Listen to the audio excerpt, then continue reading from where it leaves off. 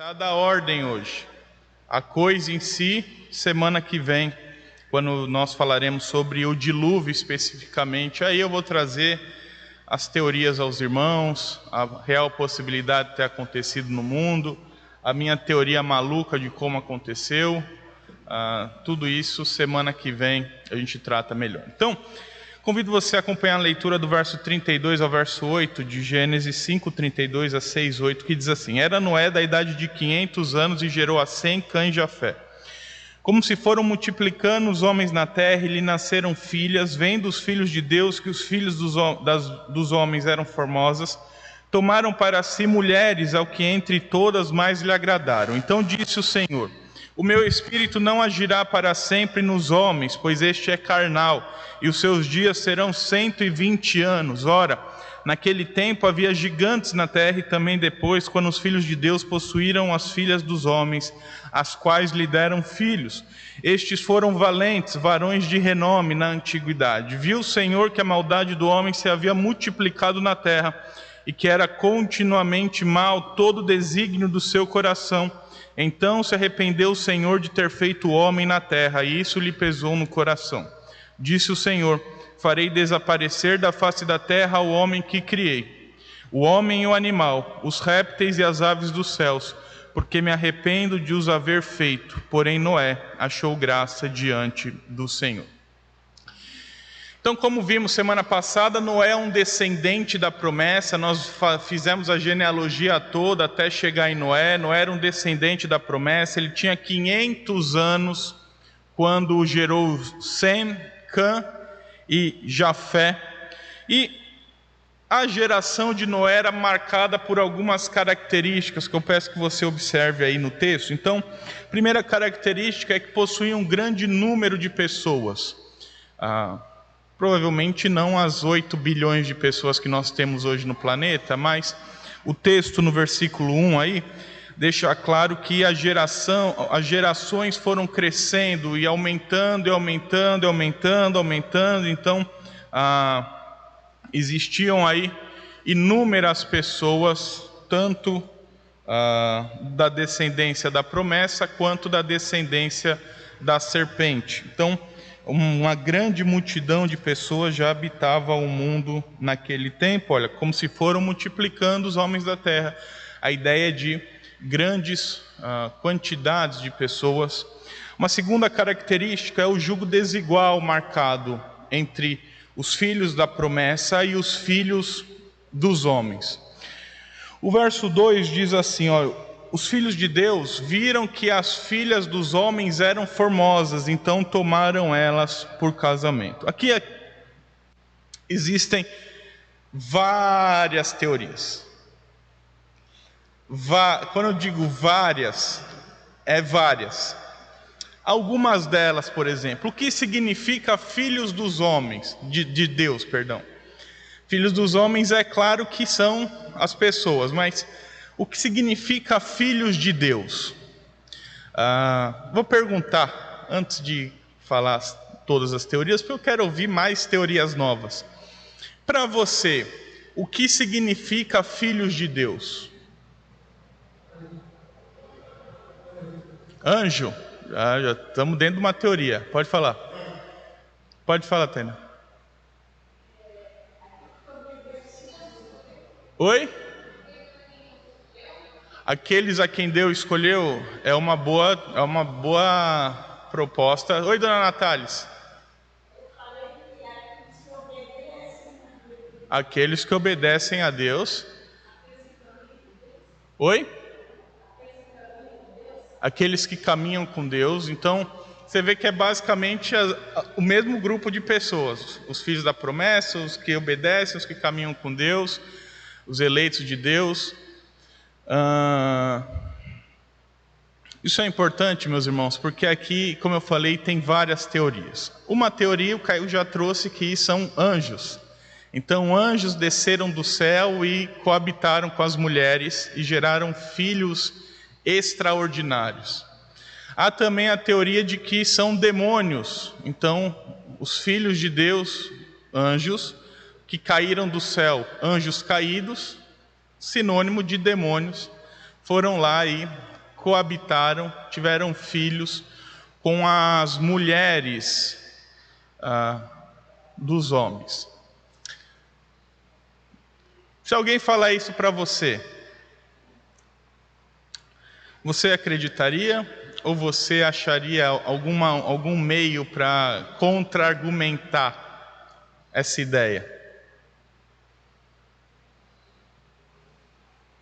Fala assim, não, é filho, é anjo. Aí você fica, tá bom, obrigado.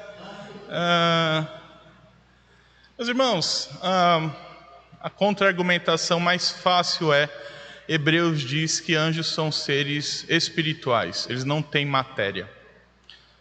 Como que alguém sem matéria vai produzir corpo e alma, a não ser Deus que criou?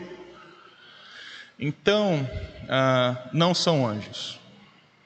Pode ser demônios que possuíram homens que tiveram filhos com essas mulheres? Não também, porque aí já não seria filho de Deus, seria demônios. O texto não deixaria claro que eram demônios. Então, o que fica mais evidente é que os filhos de Deus são, de fato, os que obedecem a Deus, os que caminham com Deus, os eleitos de Deus. Os filhos da promessa, eles entraram em julgo desigual com os filhos da descendência, os filhos da serpente, perdão. Então lembra lá, Gênesis a gente tratou as duas linhagens, linhagem da serpente, a linhagem da mulher. A linhagem da mulher é marcada por pessoas que obedecem a Deus, que andam com Deus.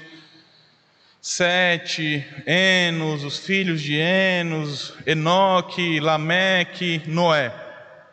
Filho da serpente é os outros filhos ruins, então Caim, a galerinha que não tem nada com Deus, os filhos de Caim, o Lameque ruim, o Jubal, o Jabal, Tubal-Caim, essa galerinha que é da outra descendência. Então, o mais provável é que a descendência da mulher, os filhos de Deus, da promessa, eles entraram em julgo desigual com os filhos e as filhas, no caso da serpente. Portanto, eles foram misturados, se a gente pode dizer assim. Eles não mantiveram santo a semente deles. E é interessante observar como a formosura é a característica principal que leva essas pessoas a abandonarem o que Deus tinha determinado para seguir a própria vontade. Então, a Bíblia deixa claro que quando eles viram a formosura dos filhos dos homens, eles deixaram as filhas de Deus para ficar com as filhas dos homens. E isso nos remete a um pecado que aconteceu também, porque alguém achou que era formoso demais um tal fruto, o fruto do conhecimento do bem e do mal, era formoso aos olhos, a Bíblia diz, e foi lá e comeu, e a gente está aqui hoje pagando as consequências de alguém ter achado bonito o fruto dos outros. Meus irmãos, isso mostra então um padrão, e é interessante, a gente vai tratar com calma isso depois, mas um padrão de como o pecado ele tem um poder de nos enganar e parecer bonito aos nossos olhos, só que ele não é bonito, pelo contrário, ele traz consequências terríveis, isso a gente vai ver, porque o verso 3 diz que essa geração que começou a macular a própria semente, a semente santa, eles são alvos agora da ira de Deus, e Deus então determina que não mais tratará o homem, dando 1000 anos de vida quase aí. Lembra, até aqui, o mais novinho que tinha morrido foi Enoque com 300 e poucos anos. E Deus tinha o tomado. Então, o mais novinho que tinha morrido de fato era Lameque, o pai de Noé, com 777 anos. Matusalém viveu quase 1000. Adão viveu quase 1000. A galerinha vivia quase 1000 anos de vida. Uma expectativa, então, aí de 950, 1000 anos. e agora Deus reduz drasticamente essa expectativa de vida por conta da sua ira sobre o homem, por ver que ele é carnal. O homem agora é reduzido a 120 anos de vida. Então, o homem de 1000 anos para 120 anos, uma diferença aí gritante sobre a vida dos homens. Vamos lá. Então, verso 4 chega e a Bíblia diz que havia gigantes no meio do povo. E aqui é preciso entender duas coisas também. Esses gigantes eram gigantes tanto de altura. Então, Números vai falar que o povo viu, quando foi entrar na Terra Prometida, eles viram lá os nefilins, os gigantes, e esses gigantes, eles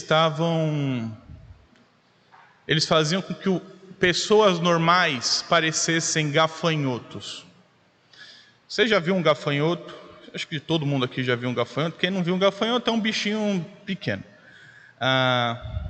Ele diz que aquelas pessoas, aqueles gigantes faziam parecer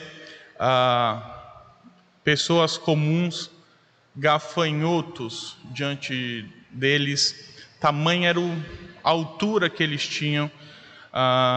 Noé tinha aí, então, uma altura normal, mas existiam pessoas com alturas gigantescas que faziam a gente parecer pessoas pequenininhas. Então existiam esses gigantes assim, mas não só gigantes de altura, a Bíblia diz que esses gigantes eram gigantes de reputação. Então, sabe, as pessoas conhecidas na antiguidade, varões de renome, é o que a Bíblia diz. Essas pessoas eram filhas dos filhos de Deus com as filhas das mulheres. Daí se vem a principal base para acharem que eram anjos. Por quê? Porque eles vão falar assim, não, só anjo pode fazer um filho de quase 4 metros de altura e quase um semideus aqui na terra. Mas, meus irmãos, a gente pode entender também como Deus abençoando os filhos dele, para que esses filhos dele gerassem filhos de renome, gerassem filhos bons, de altura, Deus abençoando, e assim criou-se então, através dessa mistura entre as duas descendências gigantes, que, como os irmãos verão depois mais para frente, não viraram do povo de Deus, pelo contrário, esses gigantes viraram inimigos de Deus e tiveram que ser derrotados, tanto para entrar na Terra Prometida, quanto no caso mais conhecido, que é de Davi contra Golias. E a gente acha que Davi é pequeno, é que comparado a Golias, Davi era pequeno. Mas Davi não tinha 1,50 m, como os irmãos acham, não, tá bom? Davi, ele era quase do tamanho de Saul. E Saul era o maior entre os homens de Israel, tanto que Saul propõe Davi usar a armadura dele. E Davi não usa a armadura, não é porque ficou grande demais, é porque ficou pesada demais.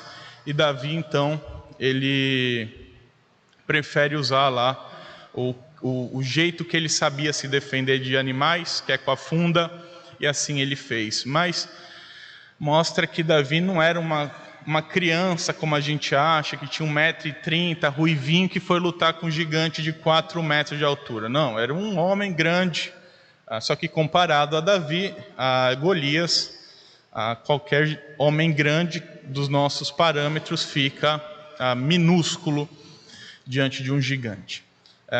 É como se você fosse ver alguém com 2 metros e pouco. Não sei se você conhece alguém que tem 2 metros e alguma coisa. Você tem até um tamanho razoável. Por exemplo, eu conheço uns 3 que passam dos 2 metros. Então, assim, eu, com a média das pessoas, eu tenho uma altura considerável, alta até, 1,84 m, tá bom ali. Agora eu chego perto da galerinha dos 2,5, 2,6, eu conheci um de 2,10, que eu olhava para cima assim, eu achava um anão perto dessas pessoas. Então, Deus, Ele fez com que, claro, e esses de 2,5 que nós temos não chegam aos pés dos gigantes daquele período que eram realmente grandiosos. No verso 5 diz que toda geração era maldosa, todo mundo só queria o mal, todo mundo queria o mal contra Deus, então Deus se arrepende de ter feito a humanidade. E aqui nós vamos para o segundo ponto de debate. O que os irmãos acham que significa a Bíblia dizer que Deus se arrependeu? Quando a Bíblia fala, Deus se arrependeu. Aí em outra passagem diz assim, que Deus não é homem para que se arrependa, nem filho de homem para alguma coisa assim. E aí, a Bíblia está se contradizendo. O que os irmãos acham?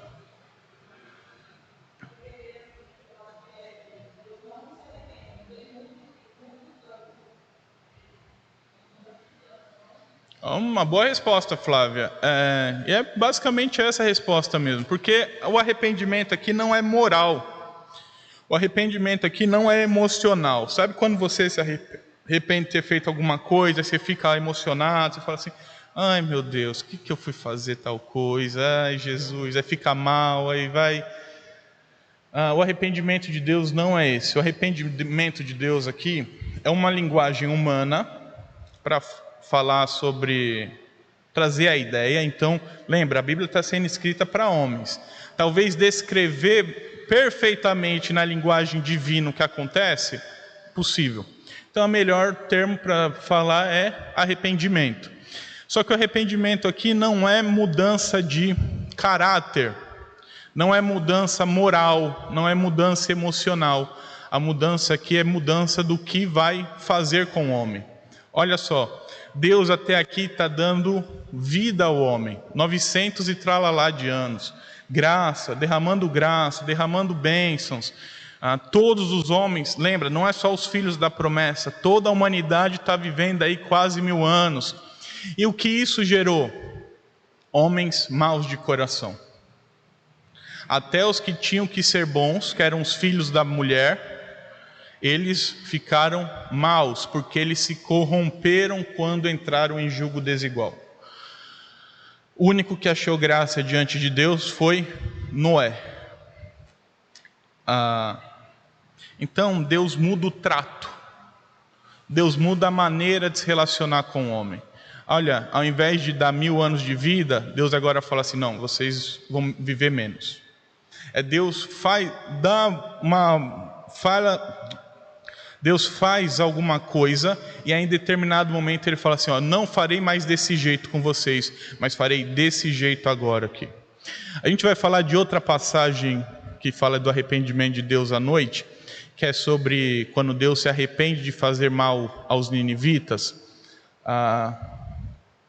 E nós veremos a mesma coisa. Deus promete lá que vai derramar ira. Aí ele muda o trato e fala, olha, eles se arrependeram, então não vou derramar mais ira, vou derramar agora da minha graça sobre a vida deles. Então, quando Deus se arrepende, Deus não se arrepende moralmente, Deus não se arrepende de acordo com as escolhas dos homens, como alguns acham, não. Então Deus está lá esperando o homem. Aí o homem vai lá, aí Deus fala uma coisa, o homem muda, aí Deus fala assim, me arrependi do que ia fazer, agora vou fazer outra coisa. Não é assim que funciona. Deus, ele muda, e o arrependimento aqui é uma linguagem humana para homens entenderem, muda não seus planos eternos, mas a maneira como ele vai se relacionar com o homem agora. Olha, agora vocês não vão ter mais 1000 anos de vida não, agora eu vou derramar ira sobre vocês, e os que ficarem não viverão mais os 1000 anos, mas viverão até 120 anos, um pouquinho mais do que isso. Dá para entender isso, meus irmãos? Tranquilo quanto a isso? Pode falar.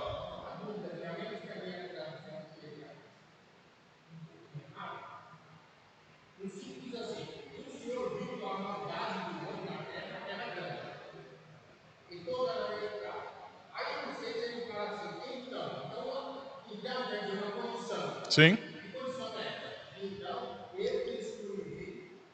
Uhum.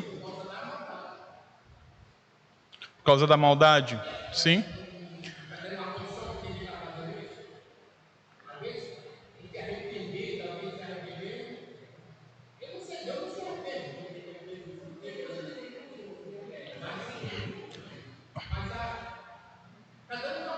Sim. Sim.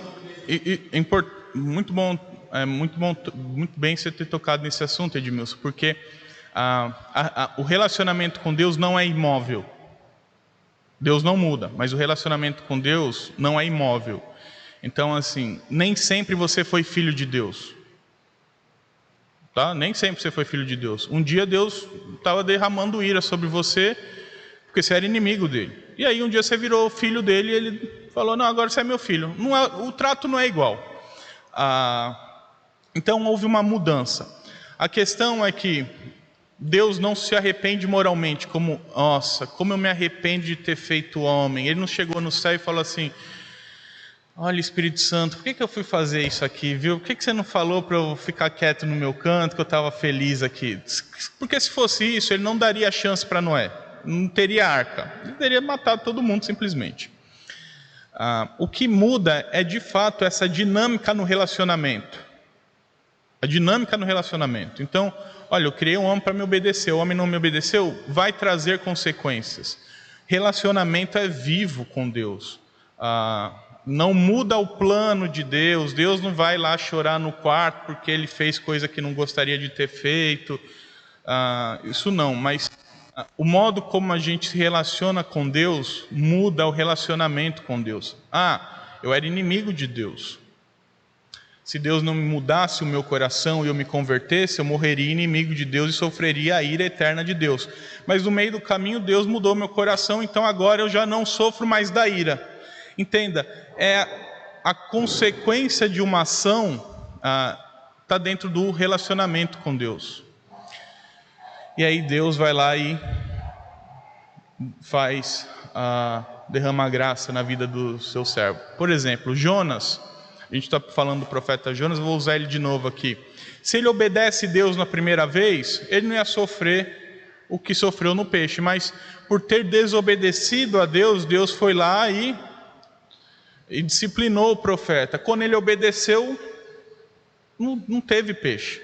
Aí quando ele mostrou um coração empedernido de novo, Deus foi lá e mandou uma planta para ensinar Jonas. Então, o relacionamento com Deus, ele é dinâmico, ele é vivo. Ele não é um relacionamento de um Deus que está lá, deu cordinha no mundo e falou, vai aí que toca sozinho o barco. Deus faz as coisas, ele não muda os seus planos eternos, mas o modo como ele se relaciona com você hoje pode ser diferente amanhã, pode ser diferente depois. Isso não significa, por exemplo, que se você pecar, Deus vai tirar a sua salvação. Por quê? Porque não está baseado em você. Isso que a gente precisa entender. Porque às vezes a pessoa pode achar que no máximo, então se eu deixar de obedecer a Deus, Deus vai se arrepender de ter me salvado. Não, porque a salvação não está baseada em você. A salvação está baseada em Cristo Jesus.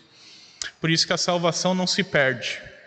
Porque senão a obra de Jesus é falha. E se a obra de Jesus não é falha, é perfeita, então não tem como perder alguma coisa perfeita. Então, mas Deus muda. Se você obedecer a Deus, você vai ver Deus fazendo coisas. Se você desobedecer a Deus, você vai ver Deus fazendo coisas para te disciplinar, para te trazer o caminho de novo. Então, Deus é imutável, sim. Seus planos não se frustram. Deus já tinha tudo isso determinado. Só que Deus também não é imóvel. Deus não está estático lá e assim, façam o que vocês quiserem aí, não. O relacionamento com Deus é vivo, é diário. Se você fizer coisa errada, Deus vai disciplinar você. Se você fizer coisa certa, Deus vai galardoar você. Lembra, Ele é o verdadeiro galardoador dos que o buscam. Ele dá recompensas, esse é o termo, Ele dá recompensas para quem o busca. Ele disciplina os que não buscam. Então, Deus é imutável, mas o seu relacionamento conosco é vivo, é dinâmico, todo dia. Por isso que todo dia você precisa orar, todo dia você precisa ler a palavra. Certo, meus irmãos? Ficou claro? Ou enrolei, não respondi a pergunta.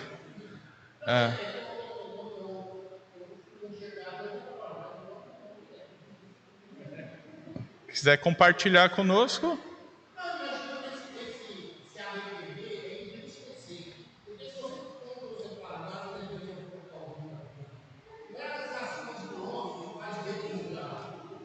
Sim.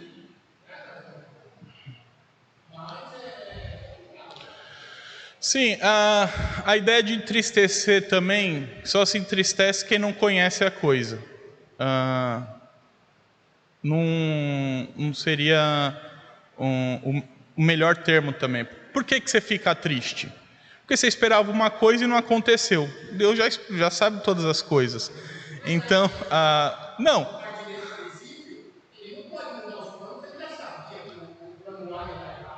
Não, mas nunca teve plano B.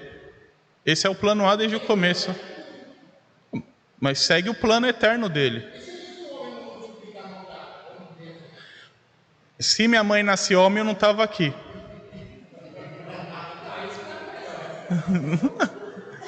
Se não existe. O se não existe. Se não existe.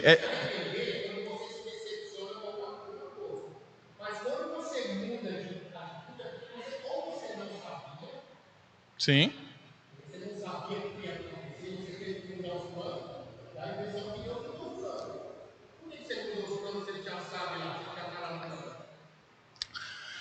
Por que Deus mudou o plano se o plano sempre foi que Noé fosse o descendente e continuasse a linhagem? O plano sempre foi esse. Se o plano sempre foi esse, por que ele mudou o plano? Por que não cumpriu exatamente o que ele queria? Se o plano sempre foi Jesus Cristo vir e salvar-nos, por que mudou o plano quando Adão pecou? Nunca mudou o plano. Sempre cumpriu o plano perfeito. A questão é que o termo aqui, arrepender-se, é arrepender-se mesmo em hebraico. Não tem outra tradução.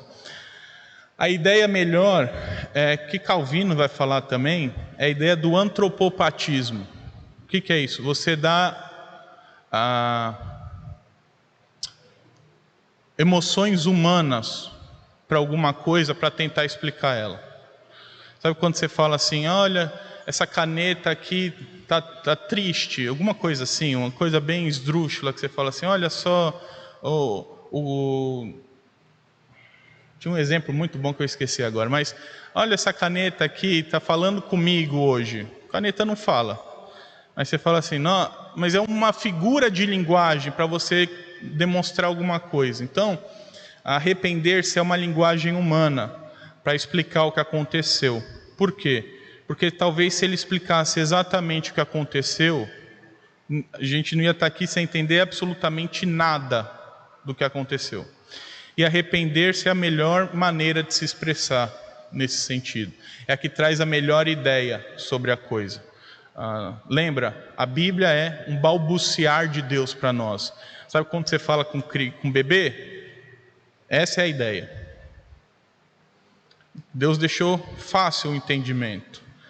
Então, se a gente fosse tentar explicar a Deus, a gente não ia conseguir, primeiro por limitação nossa. Como que você explica a Deus? A gente explica o que Ele revela para a gente, que é através da palavra. Então, arrepender-se aqui é uma ideia de trazer algo humano para Deus, para a gente conseguir entender e conseguir compreender melhor que Deus, Ele mudou o relacionamento com o homem, por conta do pecado do homem, mas que isso não foge do plano original, nunca fugiu do plano original, porque esse é o plano que Deus designou desde sempre, porque os planos deles não falham nem se frustram. Então, quando diz que Deus se arrepende, Deus não se arrepende moralmente nem emocionalmente. Mais uma vez, Deus se arrepende no trato. Olha, eu tratava você de um jeito, agora eu trato você de outro jeito. Porque é basicamente isso que envolve arrependimento também. Quando você se arrepende, claro que o homem se arrepende emocionalmente, moralmente, mas no fim leva você a andar de um jeito, você se arrependeu, você passa a andar de outro jeito. Então, a fazer de um jeito, você passa a fazer de outro jeito. Então essa é a linguagem usada para descrever o que Deus está fazendo. Olha, eu tratava vocês assim, mas o pecado de vocês é tão grande que eu vou tratar vocês assim agora. Mais uma vez, não foge do plano de Deus. Se Deus não quisesse que eles fossem assim, eles não seriam assim. Isso põe culpa em Deus? Não. Quem pecou foram os homens. Quem vai sofrer a ira serão os homens. Mas não foge da vontade de Deus de estabelecer uma aliança com Noé. Isso vai ser importante, porque com Noé será estabelecida uma aliança que durará até os nossos dias. E que se não tivesse, talvez a gente seria propenso aqui a passar por tais coisas, não estivesse aqui hoje.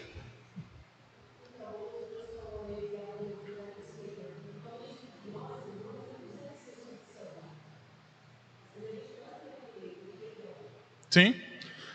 Deus se entristece. Não tem. A ideia aqui é mais uma vez do antropopatismo. Quando você peca, Deus não gosta. Pronto. Por isso que a Bíblia diz que o coração de Deus pesou aqui para aplicar a ira dele. Lembra? O homem é a coroa da criação.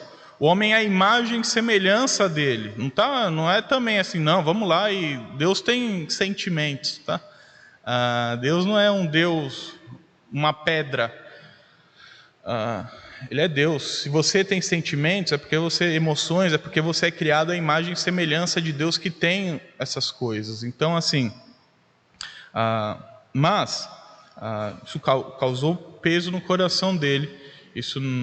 Mas ele fez, mesmo assim, porque ele entendeu que isso era para cumprir o plano dele.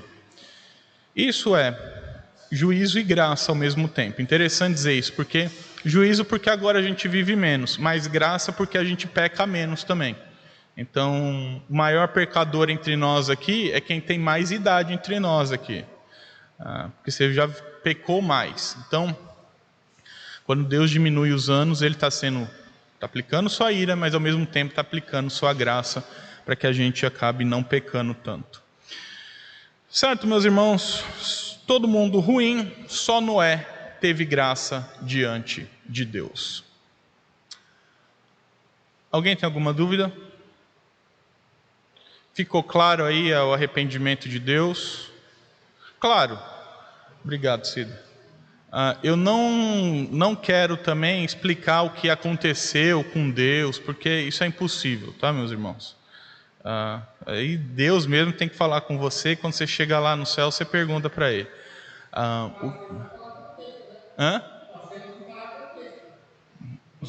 A gente fala aqui o que o texto revela para a gente. Agora, tudo o que aconteceu não está revelado, então não tem nem como eu tratar aqui.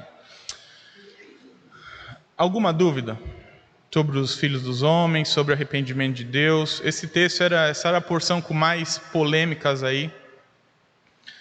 Se ninguém tem dúvida, então quero trazer algumas aplicações. A primeira é que o casamento entre pessoas crentes e pessoas não crentes faz mal para a pessoa, faz mal para a igreja, faz mal para a sociedade, pois é a luz se misturando nas trevas. E a gente às vezes acha que, não, mas eu vou através do meu exemplo fazer com que a pessoa venha para a luz.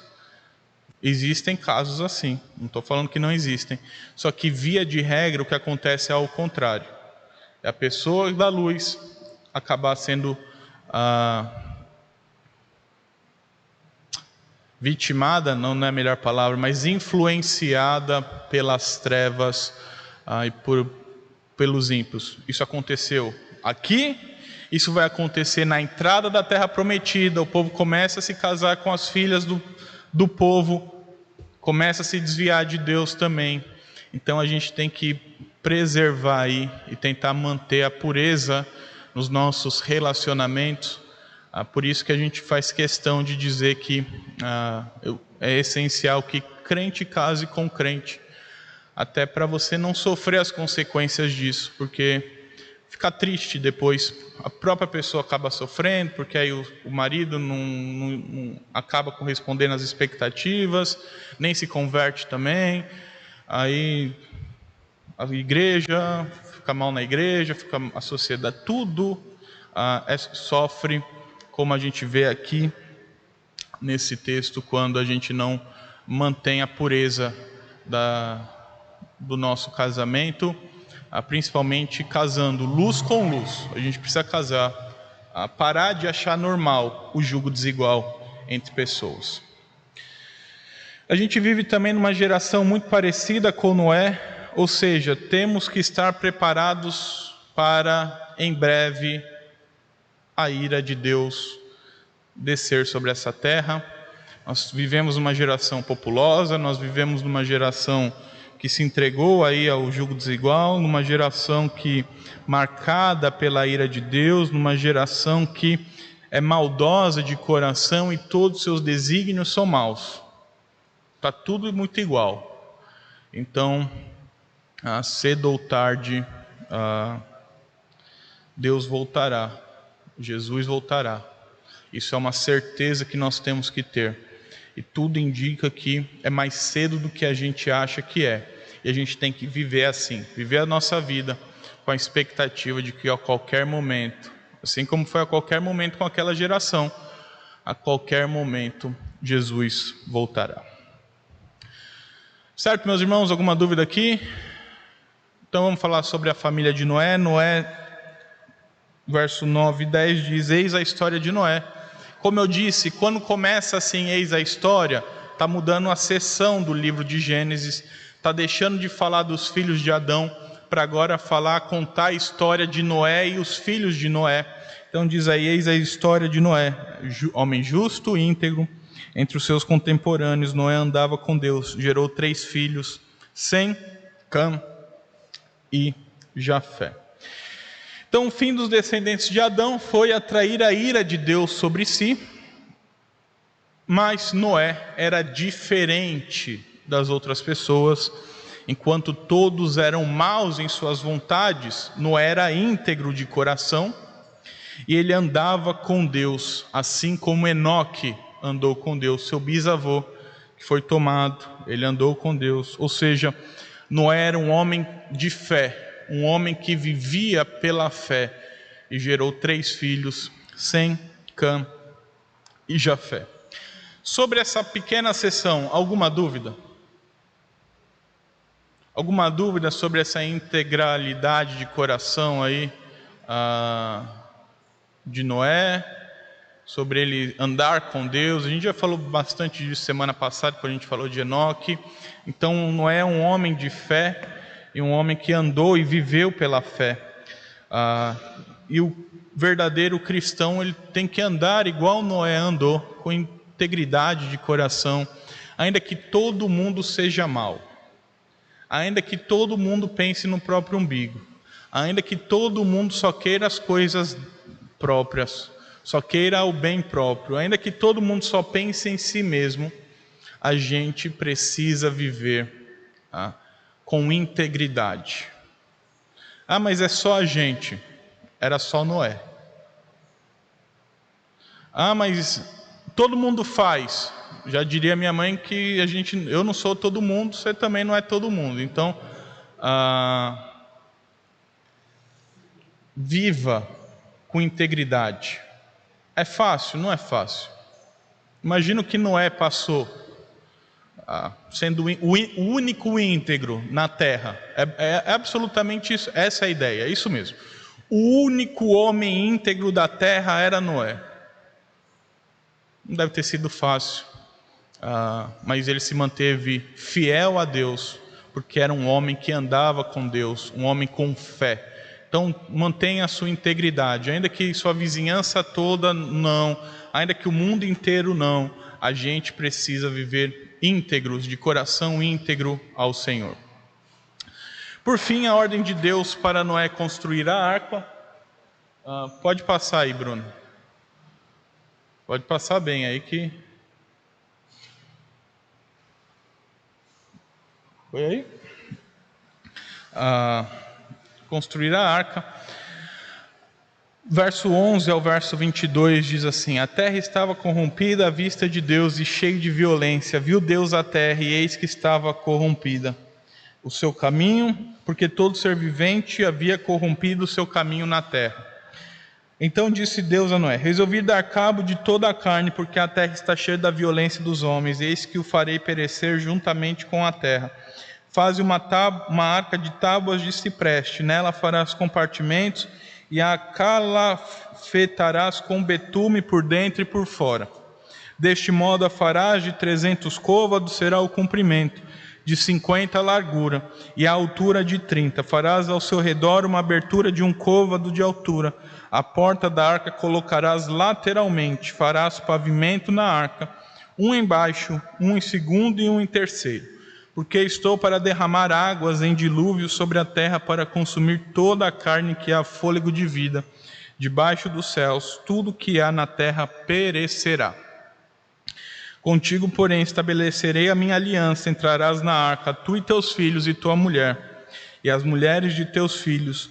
De tudo que vive, de toda a carne, 2 de cada espécie, macho e fêmea, farás entrar na arca, para os conservares vivos contigo.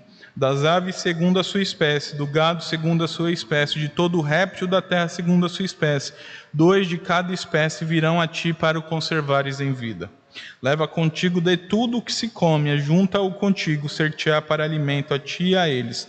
Assim fez Noé, consoante a tudo que Deus lhe ordenara.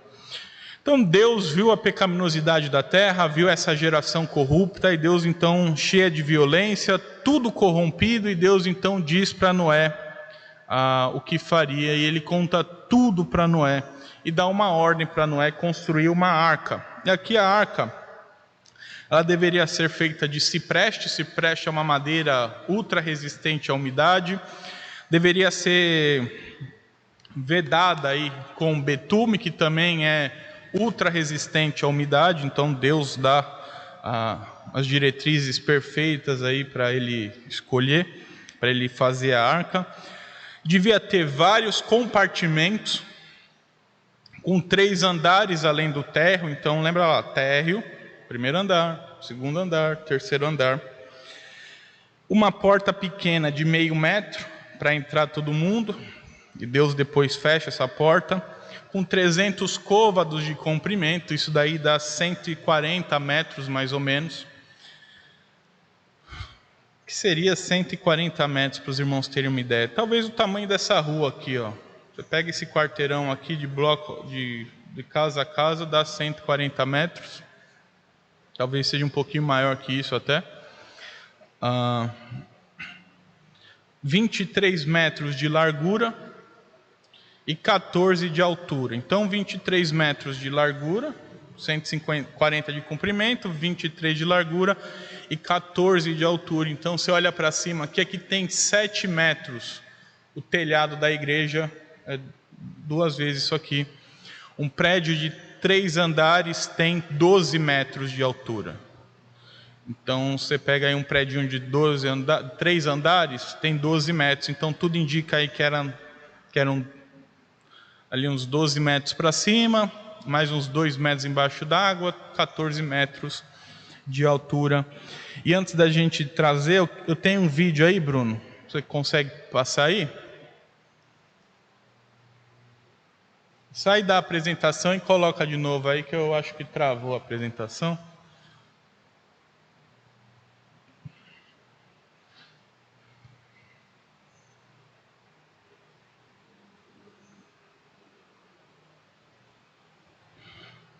Que aí tem um vídeo que tem 2 arcas no mundo construídas com os mesmos tamanhos da Arca de Noé. Um evangélico lá na Holanda construiu, que é o que a gente vai ver. E tem um também no Kentucky, o americano gosta dessas coisas, foi lá e construiu uma lá também. Depois os irmãos entrem para ver por dentro como é. Eu não trouxe porque os vídeos por dentro são muito grandes, então aí os irmãos vêm com calma lá, mas tem sala de cinema, tem banheiro, tem lojinha, tem alimentação, tem tudo, é um shopping, é maior que um shopping lá dentro. Os irmãos depois verem com calma, mas eu queria mostrar por fora os irmãos, e mostrando, e esse vídeo que eu trouxe aí tem um barco, que passa do lado, para os irmãos terem ideia. Então, um barquinho, o tamanho que é um barquinho, perto da Arca de Noé, para os irmãos entenderem que a Arca de Noé não é um barquinho, tá? Não é um naviozinho pequeno que foi lá e coube todo mundo, não. Era poderoso o tamanho da embarcação. Aí, foi? Consegue aumentar?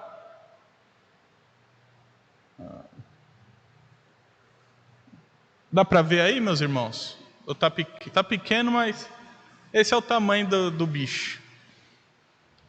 Você pode ver aí, tem um barquinho passando do lado. Você vê que o barquinho aí é nada perto da arca. Vou deixar assim, tá bom. Se os irmãos verem lá, tem uma girafa na frente ali, ó, é tamanho real, tá bom? É uma girafa, não de verdade, claro, mas é uma girafa de um tamanho real. É a altura de uma girafa de verdade. Você vê então que cabe os bichos na Arca de Noé. A girafa aí.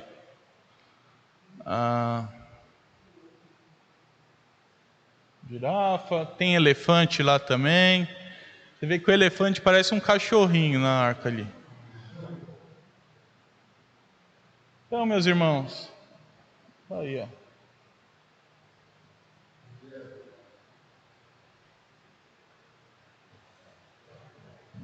A girafa aí de outro ângulo. Então você pode ver aí que dá para caber todo mundo, até porque algumas coisas são importantes dizer. Não foram todos os animais que foram na arca, tá? Por exemplo, peixe não precisava ir na arca. Baleia de 40 metros e 160 toneladas não precisava ir. Dinossauro foi na arca. Mas nem todos. É que a gente vê os dinossauros gigantes e a gente acha que dinossauro é tudo. Era um ou outro só.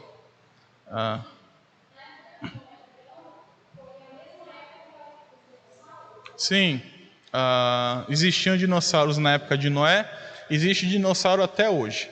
Você pegar uns crocodilos aí que tem por aí, você vai ver que a criançada é grande. E eles têm traços desse período primário. O que a gente difere é o tempo. Eles dizem que viveu há 200 e tralala milhões de anos atrás. 200 não, 65, 66 milhões de anos atrás. E aí caiu o meteoro, que a gente conhece, lá no México, e aí matou todos os dinossauros e tudo mais. Eu vou trazer a teoria do meteoro semana que vem. E eu vou defender que existiam, alguns dinossauros poderiam já estar extintos. Então, por exemplo, a corrupção fez com que acontecesse a caça dos animais. Lembra? Tem espécie agora aí de 20, 200 anos atrás, 100 anos atrás, a gente está vivendo aí com a possibilidade de espécies serem dizimadas até os dias de hoje. Que talvez daqui 1000 anos vão falar assim, olha, nem existiu. Não, existiram, está lá, só que morreram. Foram caçadas e morreram. Então pode ser, alguma das teorias é que os dinossauros foram mortos, os maiores foram mortos antes, até porque precisava comer, então já tinha uma galera grande de tamanho, precisava alimentar, então aconteceu a extinção dos dinossauros através da caça, de alguns dinossauros, outros se mantiveram, os próprios animais se mataram. O que dá para saber é que após O dilúvio, somente 2 de cada espécie tinha e 7 pares dos animais puros, como a gente vai ver. Então pode ter havido após o dilúvio, a morte desses animais. Não dá para dizer com certeza assim, mas a grande extinção deles acontece no dilúvio. A maioria deles morre todos no dilúvio. Mas como os irmãos podem ver, aí alguns levantam assim, como que leva uma baleia de 40 metros, de 30 metros e 160 toneladas num barco desse? Não leva, porque baleia não precisa ir. Peixe não entra na arca. Isso que é importante os irmãos deixar claro aqui. Quem nada, quem vive na água, não entrou na arca. Por quê? Porque não precisa. Ele já está na água, o que mais vai acontecer é cair mais água e ele viver na água maior.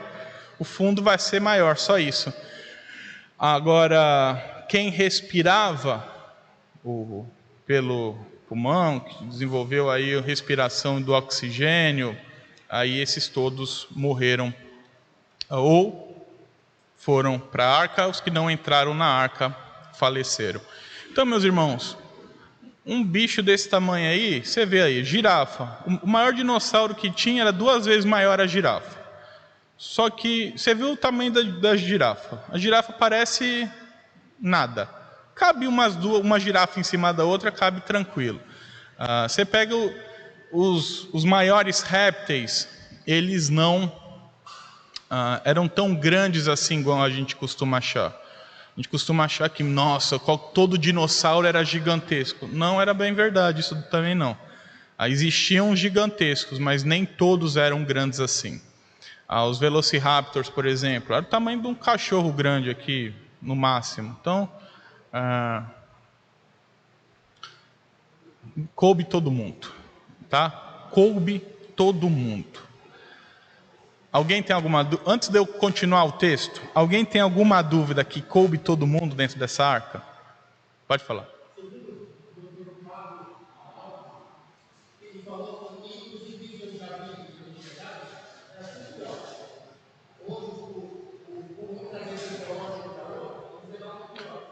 Pode ser também até para evitar uma coisa para ninguém comer ninguém lá dentro, né? Que um leão perto da ovelha.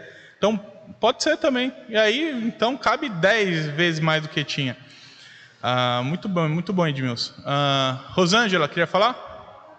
Pode falar, dona Natales. Pode falar.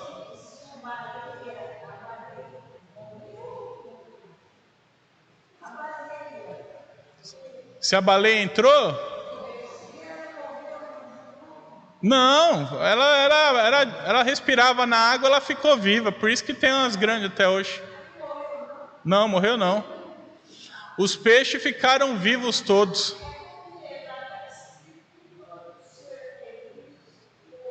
Sim, todo ser que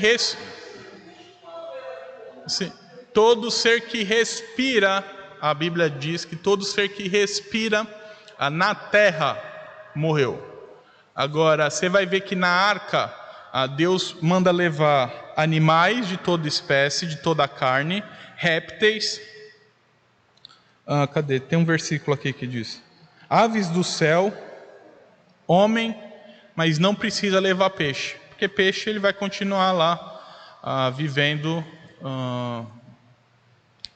na água mesmo. Nadando, dona Natales. Sobe junto com a água. Não tem. A água sobe, ele vai subindo junto, vai encontrando alimento. Aí Deus vai cuidando dos bichos.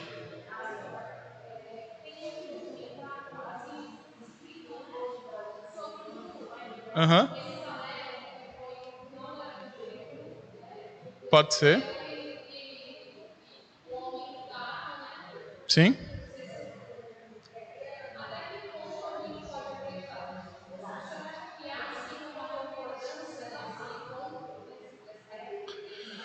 A questão. Sim. Sim. Sim.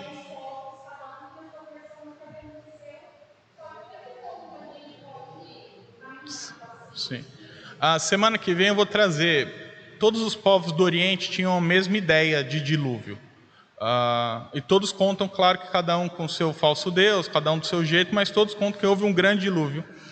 Só que o problema é o tempo, entendeu? A Era do Gelo foi há 10 mil anos atrás, uma coisa assim. O dilúvio aconteceu antes.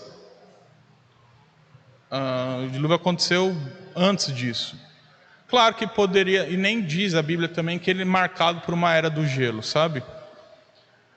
O que pode ter acontecido, a minha teoria, eu vou explicar semana que vem com mais calma, é que o tal do meteoro no México, isso tem estudo que comprova, gerou ondas gigantes, tsunami, ajudou a inundar a terra. E aí o resto a chuva fez. Mas semana que vem eu trato isso com calma, tá? Porque o buraco do meteoro está lá, não é possível que não tenha caído um meteoro daquele tamanho lá. Ninguém foi lá com a pá e começou a escavar 12 quilômetros de buraco. Então, existem teorias, e essa é a minha teoria, que... Existem teorias não, existem estudos já que mostram que o impacto da pedra lá no México, ele não gerou só a onda de poeira, mas ele gerou também maremotos por todo o planeta. Então todo o planeta teve tsunami. Aí é uma briga tremenda, qual foi o tamanho da onda, mas tem estudo que diz que tinha onda aí de centenas de metros. Oi?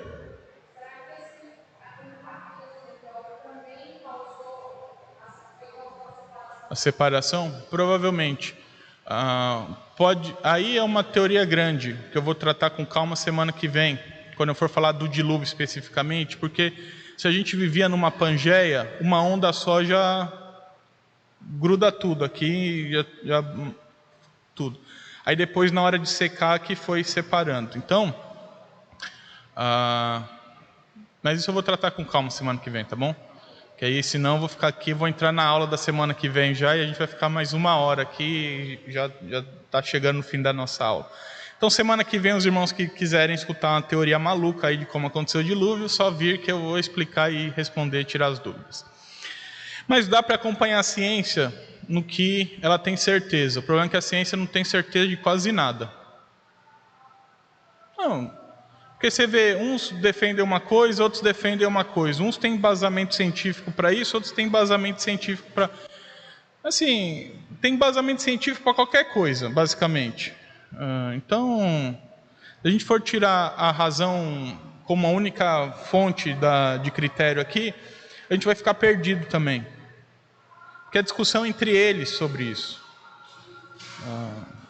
Então a gente precisa adotar a revelação como palavra de Deus e seguir ela. Se a ciência comprova ela, amém. Se a ciência está com ela, amém. Se não, a ciência sempre vai estar, a verdadeira ciência sempre vai estar com a palavra de Deus, sempre vai provar a palavra de Deus. Só que, tanto que já acharam até a Arca de Noé aí perdida no mundo. Só que é difícil, porque você tenta olhar para trás, você tenta recriar as coisas, só que nem sempre as coisas acontecem perfeitamente igual aconteceria hoje, então sempre vai ser difícil para o homem explicar esses grandes eventos. Mas eu vou tentar explicar e trazer alguns dados científicos aí também. Mas, sobre o dilúvio, semana que vem a gente trata com calma, com delicadeza o assunto, tratando todas as pontas aí para resolver o problema. A gente vê quem entrou na arca, quem não entrou também, tá bom? Sobre a arca de Noé, alguma dúvida? Sobre a arca, especificamente a arca, alguma dúvida? Dizem aí que foi. Eu vi alguma coisa na internet assim que acharam a réplica aí réplica não, acharam a arca. Algo que possa ser a arca de Noé.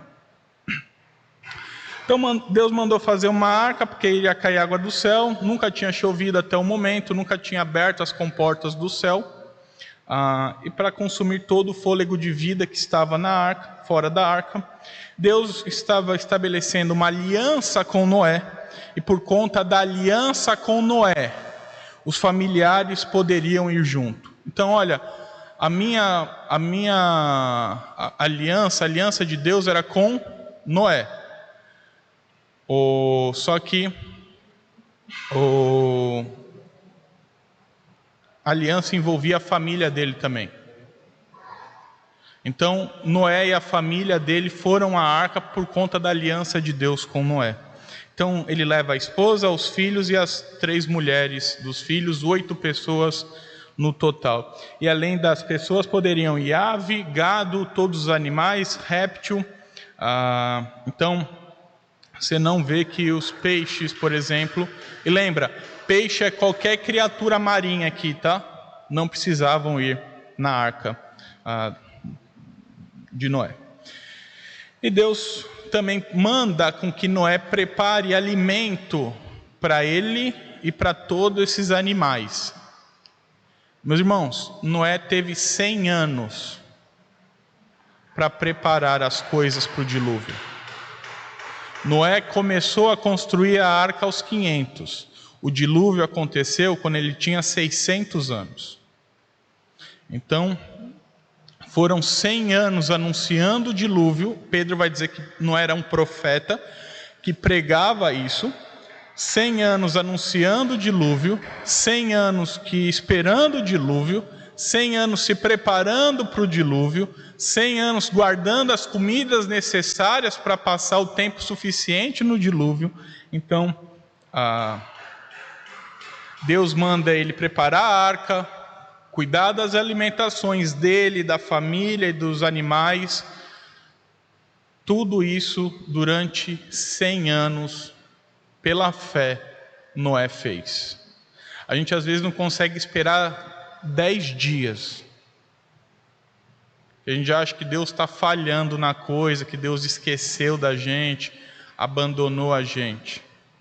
Imagina 100 anos. Você acordar todo dia, pregar a palavra, a galerinha falar mal de você, sei lá, batendo prego para construir uma arca, provavelmente todo mundo zombando, durante 100 anos. Você não vive 100 anos. Noé fez isso durante 100 anos.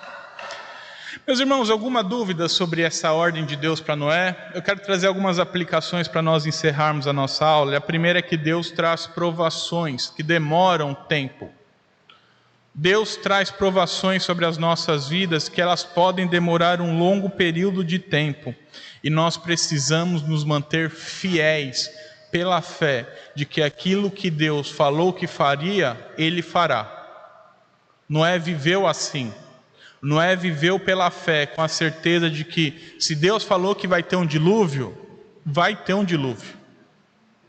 E eu vou fazer essa arca. Mesmo que eu não demore, eu continuarei fazendo essa arca. Nós precisamos ter certeza que mesmo que demore o que Deus prometeu, Ele vai cumprir. E ainda que demore mais 10.000 anos, Jesus um dia voltará. E isso deve ser uma certeza em nossas vidas. Jesus pode voltar hoje, Jesus pode voltar daqui 10.000 anos. A gente não sabe o dia, mas a gente tem que viver com a certeza de que Jesus pode voltar a qualquer momento. Então,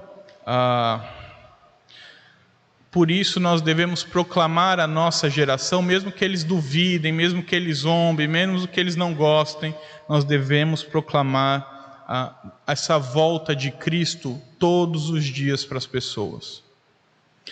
Deus é perfeito em todas as suas ordenanças, meus irmãos, incluindo ordens sobre construção e administração.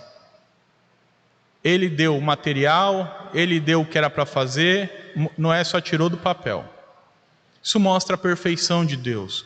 Isso mostra como Deus é um Deus que não cuida só da igreja. A gente às vezes reduz Deus só à igreja aqui, como se Deus só tivesse domínio sobre aqui dentro. Mas Deus é Deus de todas as áreas da vida humana. No seu trabalho, Deus sabe fazer o melhor do que você pode ter certeza disso. Natan, eu trabalho com planejamento. Ore a Deus, para que Deus te capacite nessa área. Natan, eu trabalho com cuidado de pessoas especiais. Ore a Deus para que Deus te capacite nessa área. Deus é o Deus perfeito, não só aqui dentro da igreja, mas em todas as áreas da vida humana. Deus é perfeito.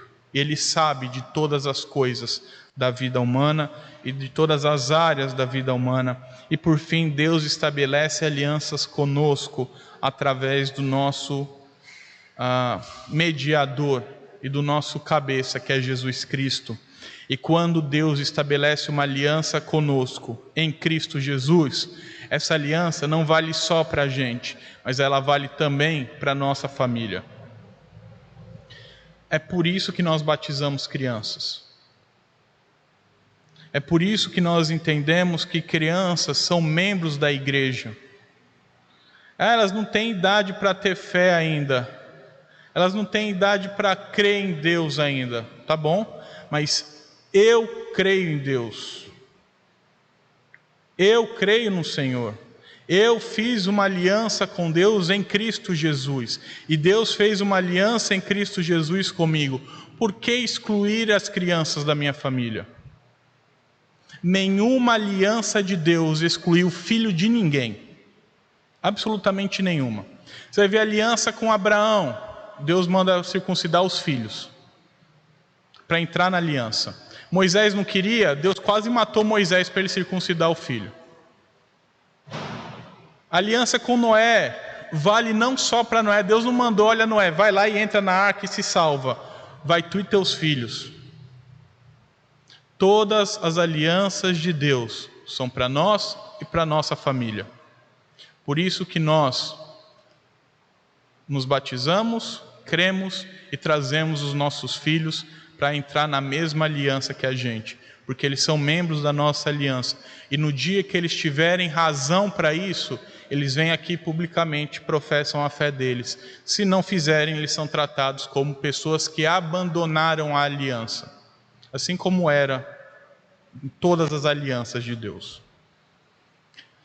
Cã era da aliança, ele rejeitou o pai e a Deus, saiu da aliança.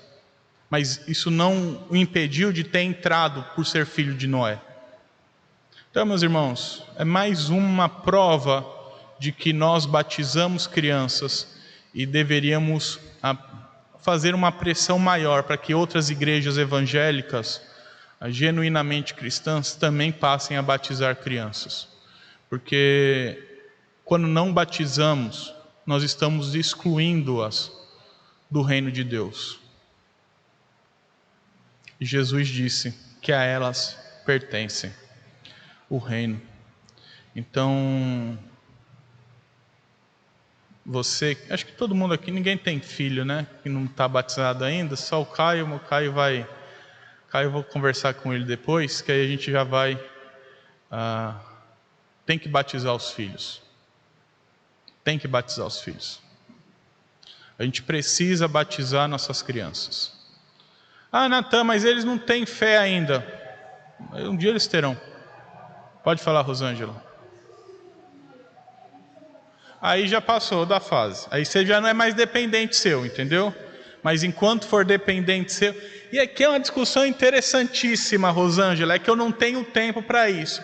Porque no fio da navalha ali, até os de maior você tinha que batizar. Mas eu não estou com tempo para isso e nem quero discutir com a igreja ainda. Mais para frente, quem sabe. Agora, a gente fica até os dependentes. Então, até ali uns 18 anos no máximo. Acaba que com 16, 17 a gente também não batiza, porque a pessoa já tem uma consciência da coisa. Então, até os 10 ali a gente batiza tranquilamente criança como dependente e vira membro da igreja. Pode falar, dona Natales.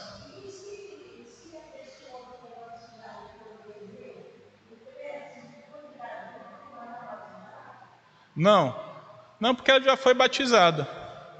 Se ela foi batizada em igrejas que não são cristãs, aí a gente batiza de verdade a pessoa. A gente não rebatiza ninguém aqui, entendeu? Por exemplo, ela foi batizada lá na igreja católica. A igreja católica não é a igreja de Cristo, então a gente batiza ela de verdade aqui. Agora ela foi batizada é que nenhuma outra igreja batiza criança, então não tem nem... Agora, se ela foi batizada na igreja presbiteriana lá de Minas Gerais e veio para cá, e aí ela só vai professar a fé porque ela já é batizada, tá? Se ela for batizada na Igreja Reformada Suíça de São Paulo e vier para cá, só é recebida como membro e professa a fé, porque ela já é batizada. Quando tiver consciência do que está fazendo. Se tiver consciência com 10 anos, para mim tem que ter consciência do que está fazendo. Assim, se souber o que está fazendo, então já tem consciência do que faz.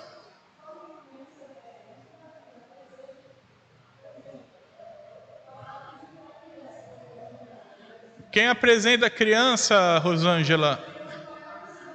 Então, quem apresenta a criança é a Igreja Batista e suas descendentes aí, de teologia não reformada e não aliancista.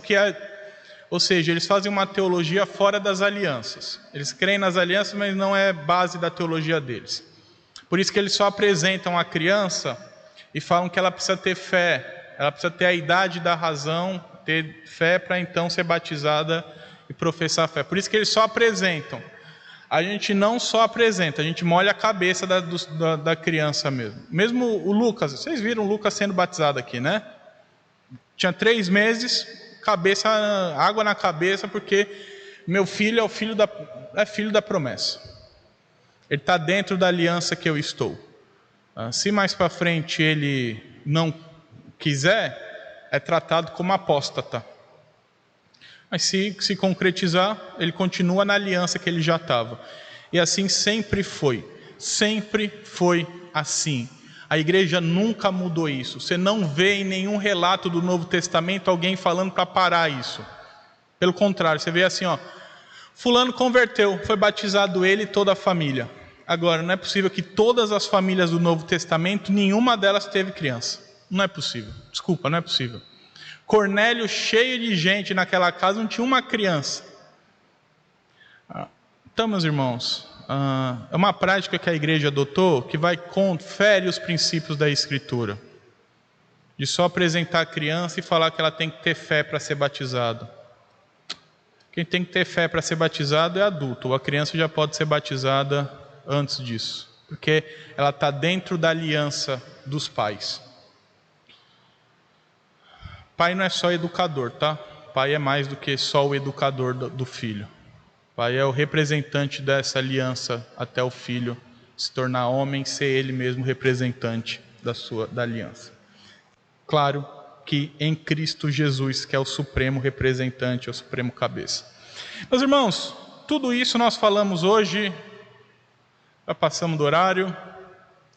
Se tem alguma dúvida, esse é o seu momento de brilhar. Momento saque aí da nossa aula. Se tiver alguma coisa, algum comentário, quiser auxiliar alguma coisa, você vê que os auxílios dos irmãos são importantes. Muito bom. Edmilson aí que trouxe o bebê aí, eu não sabia não. Fui pego de surpresa aí, achei muito boa a ideia. Dos bebês dos animais, faz total sentido e está cumprindo a ordenança. Nunca tinha nem parado para pensar nisso, né?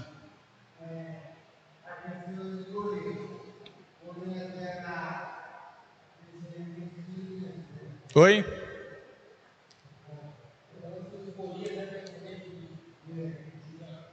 Era descendente gigante. Morreram todos no dilúvio? Provavelmente não. Provavelmente não, né? Que senão eles não seriam descendentes de gigante. Talvez... Essa é uma boa pergunta, Caio. Talvez Noé carregasse as sementes aí da coisa. Isso mostra talvez que provavelmente ou Noé carregava as sementes da coisa, ou Noé, aliás, até porque ele era um homem de alta reputação, então talvez fosse um gigante, talvez fosse um gigante. Talvez não, porque ele era um filho da promessa, mas talvez Deus abençoou para que os filhos dele tivessem de novo essa valentia, fossem varões de renome, fossem gigantes, e aí se criou, através da descendência de Noé, novos gigantes na terra. O que leva também alguns a acharem que os gigantes de alta estatura eram só depois do dilúvio, que os gigantes aqui antes do dilúvio, eles eram gigantes não de altura, mas de reputação. Que quando diz que eles eram gigantes, sabe a ideia de gigantes da fé? Fala aí, ó, nossa, fulano é um gigante da fé. Você não está pensando nele com 4 metros de altura, tendo fé em Deus. Não, você entende que é o conceito de alguém que tem muita fé. Então, alguns levantam a possibilidade desses gigantes altos serem só depois da queda. Que os gigantes aqui tratados, eles são gigantes não de altura, mas de renome. É como se falasse assim, ó, fulano, gigante como pessoa, de renome, de tradição. Alguém conhecido na antiguidade, que não necessariamente tinha 4 metros de altura. Então, é uma questão complicada aí que não vai ser uma aula de EBD que vai resolver o problema, não. Mas os irmãos estão cientes de todas as coisas aí. Mais alguém, meus irmãos? Vamos orar para a gente encerrar, então?